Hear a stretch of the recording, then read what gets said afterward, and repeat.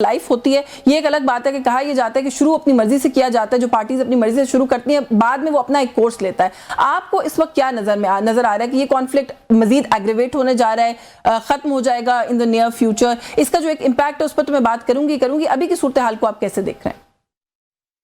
देखिए यासीन, एक तो ये बात तो अब काफी हद तक वाज़ेह लग रही है कि प्रेसिडेंट ट्रंप को ये बताया गया था कि जिस तरह से वेनेजुएला के सदर को हमने उठाया और उसके बाद वहां पे जो बाकी मांदा हुकूमत थी वो हमारे साथ मिल गई, तो इसी तरह से ईरान में भी जब खामनेई जो है उनको एलिमिनेट किया जाएगा तो बाकी जो ईरान की गवर्नमेंट है और लोग हैं वो हमारे साथ मिल जाएंगे।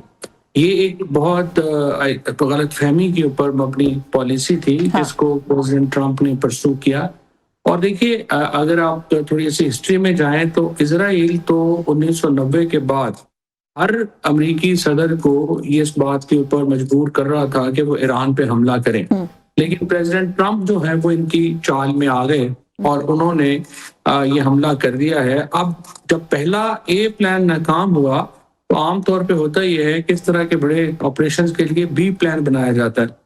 अब अपेरेंटली जो बी प्लान है वो प्रेसिडेंट ट्रंप उस पर एग्री नहीं कर रहे, क्योंकि बेंजामिन नेतन्याहू का बी प्लान ये है कि आप ईरान को भी लीबिया की तरह सिविल वॉर का शिकार करें। वहाँ पे कुर्द हैं और जो बलोच हैं, सेपरेटिस्ट मूवमेंट्स, उनको मजबूत किया जाए और ईरान के अंदर एक बड़ी सिविल वॉर जो है उसको सपोर्ट किया जाए।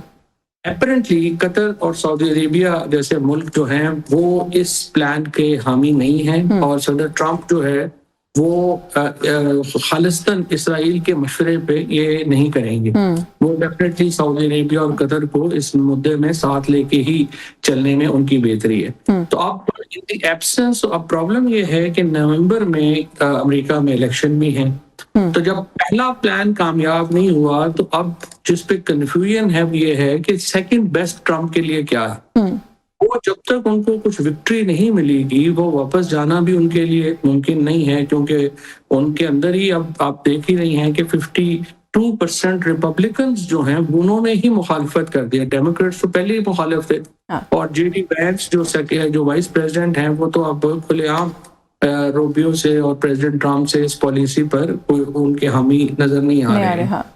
और इसकी वजह से जो अमेरिका के अंदर एक डिवीजन है वो बढ़ेगी और जितनी जंग ये लंबी होगी उतना ही ईरान ने उसके मुकाबले में ईरान को पता था कि अस्करी तौर पे तो वो मुकाबला नहीं कर सकता अमेरिका का, लिहाजा उन्होंने फैसला किया कि हम अपनी जो कमजोरी है इसको हम फिर इसको मानते हुए हम बराह रास्त टकराव में ना जाएं और उन्होंने इस जंग का दायरा फिर वसी कर दिया और काबना हुर्मुज़ को बंद करना, दुबई के ऊपर अटैक करना, अरब वर्ल्ड के ऊपर जो है वो अटैक करना, ये वो सारे मामलात हैं जिनसे जो इकोनॉमी है दुनिया की वो बड़ी बुरी तरह इफेक्ट हुई।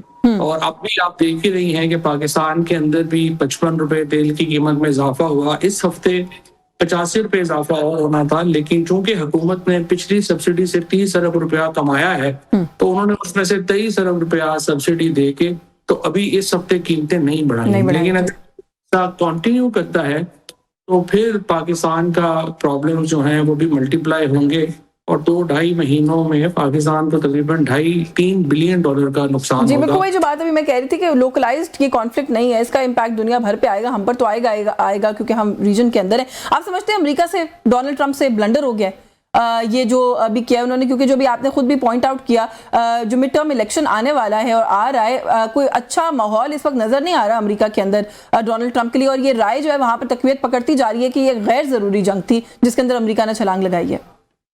ये बिल्कुल, ये तो देखिए अमेरिका की जिस वक्त जो ताकत है उसका जो चेक एंड बैलेंस है वो तो अमेरिकी अवाम ही कर सकते हैं। और अगर अमेरिका के अवाम के अंदर ये चीज़ बढ़ती जाएगी कि ये जंग गैर ज़रूरी है तो फिर जाहिर है कि प्रेसिडेंट ट्रंप की सियासी मुश्किलात भी बढ़ती जाएंगी।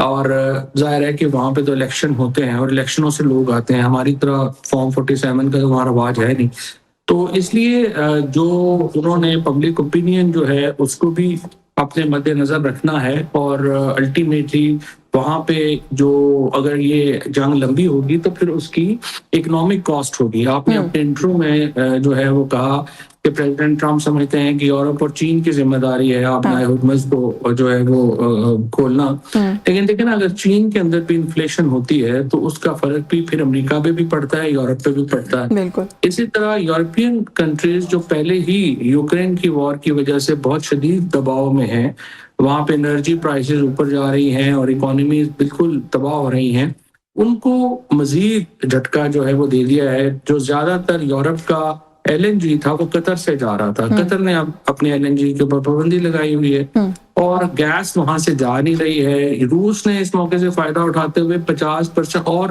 وہاں پہ مکمل ہی بند کر دی یورپ کو. تو اس وقت جو روس کا تو بننزا لگا ہوا ہے، کیونکہ ان کو یوکرین سے ایک تو توجہ ہٹ گئی ہے پوری دنیا کی، اور امریکہ کا یورپ کا تو جو مین کنسرن ہے وہ تو یوکرین تھا. تو یوکرین سے پوری ان کی توجہ ہٹ گئی ہے، وہ ایران پہ اس وقت فوکسڈ ہے امریکہ.